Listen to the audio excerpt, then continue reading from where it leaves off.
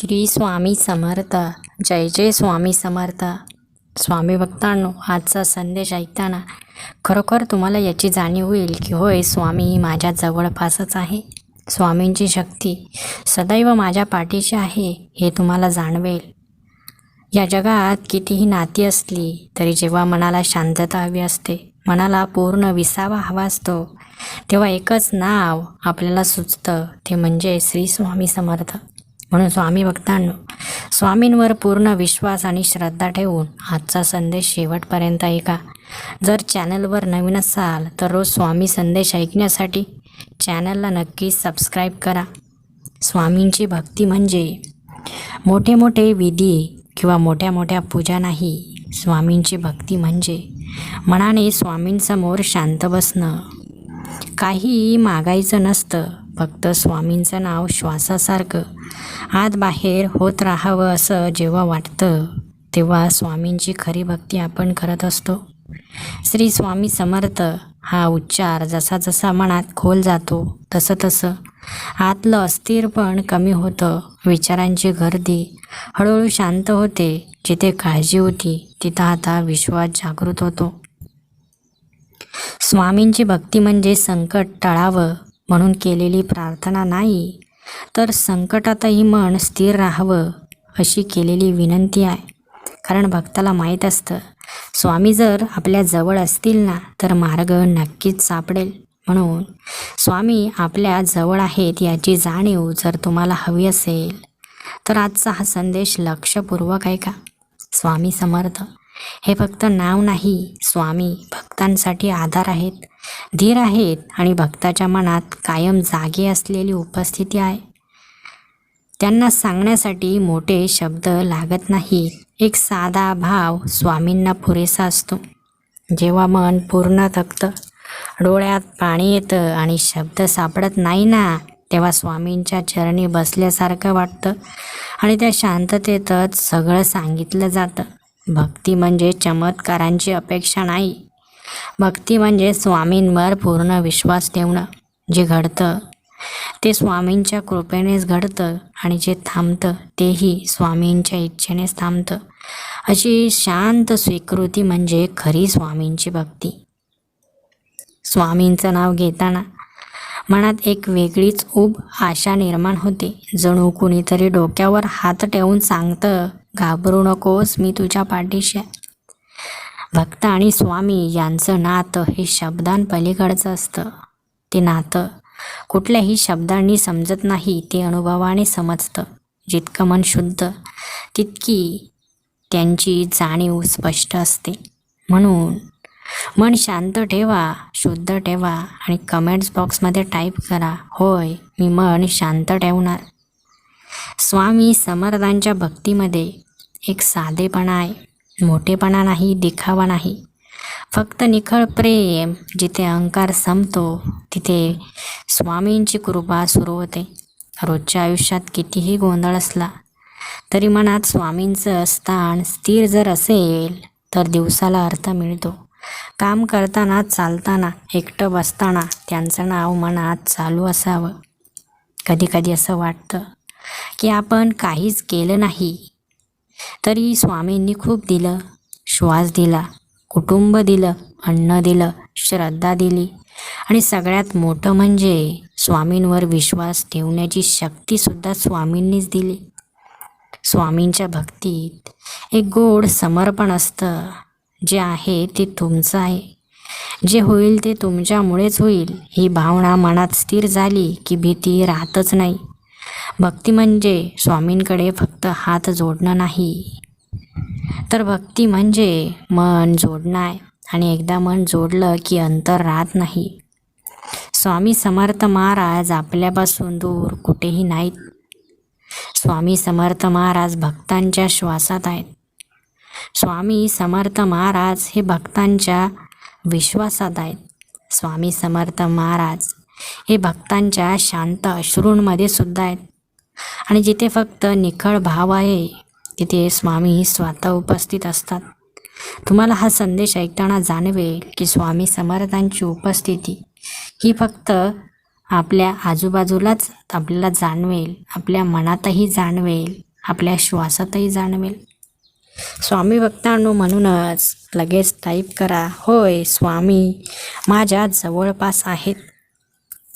या संसारात माणूस कितीही धावला, कितीही कमावलं, कितीही लोकांमध्ये राहिला, तरी एक कोपरा असा असतो जो रिकामा राहतो. त्या रिकाम्या जागेला शब्द नसतात, तिथे फक्त भावना असते. आणि त्या भावनेला जेव्हा नाव मिळतं तेव्हा ते असतं श्री स्वामी समर्थ. स्वामींची भक्ती म्हणजे जगापासून पळ काढणं नाही. स्वामींची भक्ती म्हणजे जगात राहूनही मन फक्त त्यांच्या चरणी टेकवणं. हातात कामं असतात, पण मन त्यांच्या नावात गुंतलेलं असतं. आवाज बाहेरच्या जगाशी बोलत असतो, पण अंतर्मनात शांतपणे श्री स्वामी समर्थ हा जप सुरू असतो. कधीकधी आपण खूप मजबूत असल्याचा आपण स्वतः आणतो, पण रात्री उशिरा जेव्हा सगळे झोपतात तेव्हा आपलं खरं मन समोर येतं. थकलेलं, प्रश्नांनी भरलेलं, कधी भीतीने तर कधी अश्रूंनी ओलं झालेलं. त्यावेळी स्वामींचं नाव घेतलं की एक वेगळीच ऊब जाणवते. जणू काहीतरी अदृश्य हात डोक्यावर ठेवतो आणि सांगतो, मी आहे. भक्ती म्हणजे फक्त मागणं नाही, भक्ती म्हणजे विश्वास आहे. भक्ती म्हणजे कुठलाही सौदा नाही, भक्ती म्हणजे समर्पण आहे. भक्ती म्हणजे केवळ संकटात आठवण काढणं नाही, तर खरी भक्ती म्हणजे प्रत्येक श्वासामध्ये उपस्थिती जाणवणं. स्वामी समर्थांची कृपा कशी असते हे शब्दांत सांगताच येत नाही. ती मोठ्या चमत्कारांतून नाही, तर लहान लहान क्षणांतून दिसते. अचानक मिळालेले समाधान, अनपेक्षित संकट टळणं, मनात अचानक निर्माण झालेली शांतता, योग्य वेळी मिळालेली योग्य दिशा, या सर्वांतून आपल्याला स्वामी समर्थांची कृपा दिसत असते.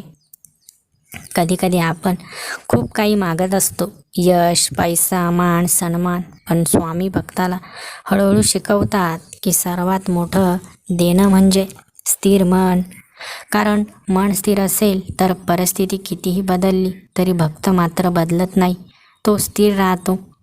स्वामींच्या चरणी बसल्यासारखं मनात कल्पिलं की अहंकार आपोआप खाली ठेवला जातो. मी हा शब्द हळूहळू विरघळतो आणि तुम्ही हा भाव वाढतो. तिथे तक्रार राहत नाही, तुलना राहत नाही, फक्त कृतज्ञता राहते. भक्ती म्हणजे मोठ्या आवाजात घोषणा करणं नाही, भक्ती म्हणजे शांतपणे डोळे मिटून स्वामींवर विश्वास ठेवणं. भक्ती म्हणजे जगाला दाखवणं नाही, तर भक्ती म्हणजे मनाला जोडणं. कधीकधी असे प्रसंग येतात की मार्गच दिसत नाही, निर्णय घ्यायचा असतो पण मन गोंधळलेलं असतं. त्या क्षणी स्वामींचं नाव घेतलं की उत्तर लगेच मिळत नाही, पण घाई थांबते, मन स्थिर होतं आणि स्थिर मनातूनच योग्य दिशा जन्माला येते. स्वामी समर्थांच्या भक्तीत एक विलक्षण साधेपणा आहे. ते मोठे राजवाडे मागत नाहीत, मोठ्या पूजा मागत नाहीत. त्यांना हवं असतं ते फक्त निखळ हृदय. जिथे दिखावा नाही तिथे त्यांची कृपा सहज उतरते. कधीकधी भक्तांच्या डोळ्यात अश्रू येतात, कारण भक्ताला जाणवतं मी काही विशेष केलं नाही, तरी स्वामींनी मला खूप काही दिलं. श्वास दिला, कुटुंब दिलं, भाकरी दिली आणि सर्वात महत्त्वाचं त्यांच्यावर विश्वास ठेवणारं मन दिलं. भक्तीचा खरा आनंद हा शांततेत असतो. जप करताना वेळ कसा जातो कळत नाही, नाव उच्चारताना मन रिकामं होतं आणि त्या रिकाम्या जागेत स्वामींची उपस्थिती जाणवते. स्वामी समर्थ म्हणजे केवळ इतिहासातील देव नाहीत, ते आजही भक्तांच्या भावात जिवंत आहेत. जिथे श्रद्धा आहे तिथे स्वामी आहेत, आणि जिथे विश्वास आहे तिथे स्वामी आहेत. जिथे निरागस हाक आहे तिथेही स्वामी लगेच पोचतात. भक्त आणि स्वामी यांचं नातं हे व्यवहारासारखं नसतं, ते प्रेमाचं नातं असतं.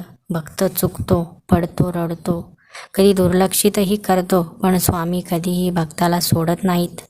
स्वामींच्या कृपेची सावली कायम सोबत असते. हळूहळू एक दिवस असा येतो की भक्ताला बाहेर काही विशेष घडलं नाही, तरी आत खूप काही बदललेलं असतं. भीती कमी झालेली असते, अपेक्षा हलक्या झालेल्या असतात, मन अधिक शांत झालेलं असतं आणि तेव्हा कळतं ही तर खरी स्वामींची कृपा आहे. म्हणून जीवनात बाहेर काही बदल झाला म्हणूनच स्वामींची कृपा झाली असं नाही, तर मनामध्ये जे काही तुमच्या घडत आहे ते सर्व काही स्वामींच्या कृपेनेच घडत आहे. स्वाभिमान ही अशी गोष्ट आहे जी कुणी देत नाही आणि कुणी काढूनही घेऊ शकत नाही. तो आपण स्वतःला किती मान देतो यावर उभा असतो. बाहेरचं जग कधी टाळ्या वाजवतं, कधी टीका करतं, पण स्वाभिमान टिकतो तो आतल्या नजरेत. आपण स्वतःला कसं पाहतो यावर. खूप वेळा आपण शांत राहतो, समजूतदारपणा दाखवतो, समजून घेतो, पण कधीकधी त्याच शांततेत लोक कमजोरी समजतात. अशा वेळी आतली ताकद म्हणजे आवाज चढवणं नाही, तर स्वतःची मर्यादा स्पष्ट करणं असतं. जेव्हा मनात स्वामी समर्थ यांचं स्मरण असतं तेव्हा ही मर्यादा ठाम पण शांतपणे सांगण्याची शक्ती मिळते. स्वाभिमान म्हणजे अहंकार नाही. अहंकार दुसऱ्याला कमी दाखवतो, स्वाभिमान स्वतःला कमी होऊ देत नाही. या दोघांमध्ये एक बारीक रेषा असते आणि ती रेषा ओळखण्याची बुद्धी आपल्या स्थैर्यातून येते.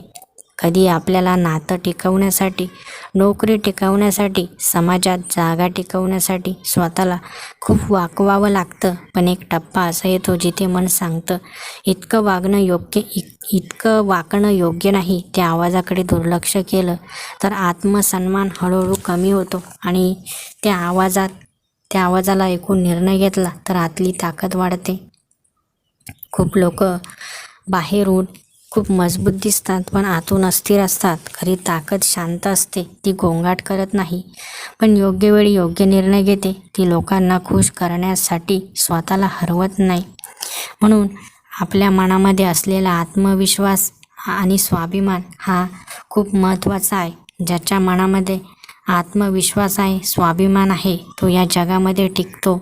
परंतु आपण इतर कोणाच्याही सांगण्यावरून आपण जर आपला स्वाभिमान विकत असू तर स्वामीही आपल्याला कधी माफ करणार नाही. स्वामी भक्तांनो, आपला स्वाभिमान हा टिकवण्यासाठी आहे, ना की विकण्यासाठी आहे. लोक तुम्हाला काहीही बोलतील आणि तुम्ही ऐकून घ्याल असं अजिबात नाही. आपण वेळेला शांत राहू शकतो, मात्र जेव्हा स्वाभिमानावर गदा येईल तेव्हा आपणही योग्य निर्णय त्यावेळी घ्यायलाच हवा. स्वामी भक्तांनो, स्वामी महाराज नेहमी भक्तांना सांगतात की शांत राहा, हिंसा करू नका. परंतु आपल्याला हिंसा न करता प्रत्येक वेळी योग्य निर्णय घ्यायचा असतो. जिथे आपला मान सन्मान ठेवला जात नाही, जिथे आपला स्वाभिमान राखला जात नाही, तिथे पुन्हा न जाणं चांगलं असतं. कारण एका ठिकाणी पुन्हा पुन्हा अपमान होऊन जाणं हे आपल्या स्वाभिमानावर आलेली गदा असते. त्यामुळे आपण योग्य वेळी योग्य निर्णय घ्यायचा असतो.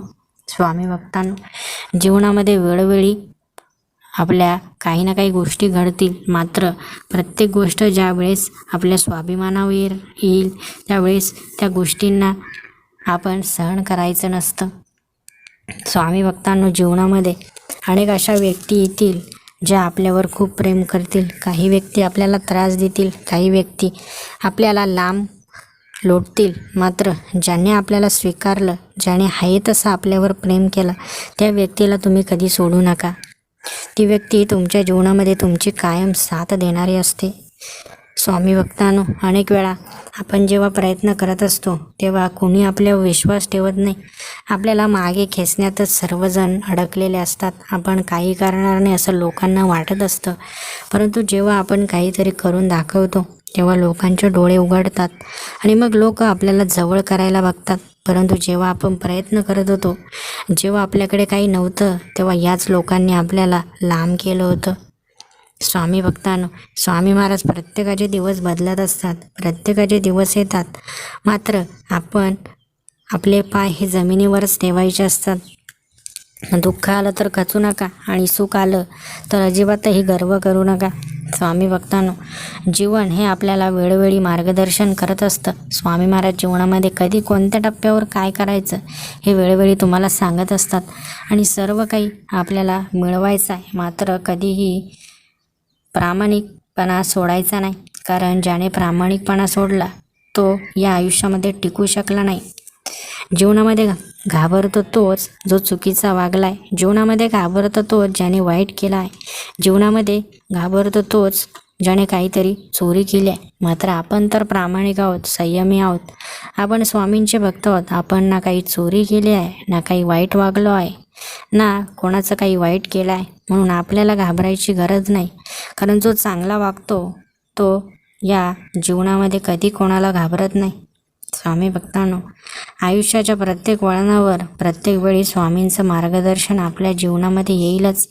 आपण ते ऐकू आणि वेळोवेळी योग्य निर्णय घेऊ. स्वामी भक्तांनो, आजचा संदेश देखील तुमच्या जीवनामध्ये काहीतरी आमूलाग्र बदल घडवण्यासाठीच पाठवला गेला होता. हा संदेश तुम्हाला मनापासून जर आवडला असेल तर या व्हिडिओला एक लाईक करायला विसरू नका. आणि स्वामी भक्तांनो, ज्या भक्तांनी अजूनही आपल्या या चॅनलला सबस्क्राईब केलं जर नसेल तर त्या भक्तांनी देखील लगेचच आपल्या भक्तिमय चॅनलला देखील सबस्क्राईब करा. धन्यवाद.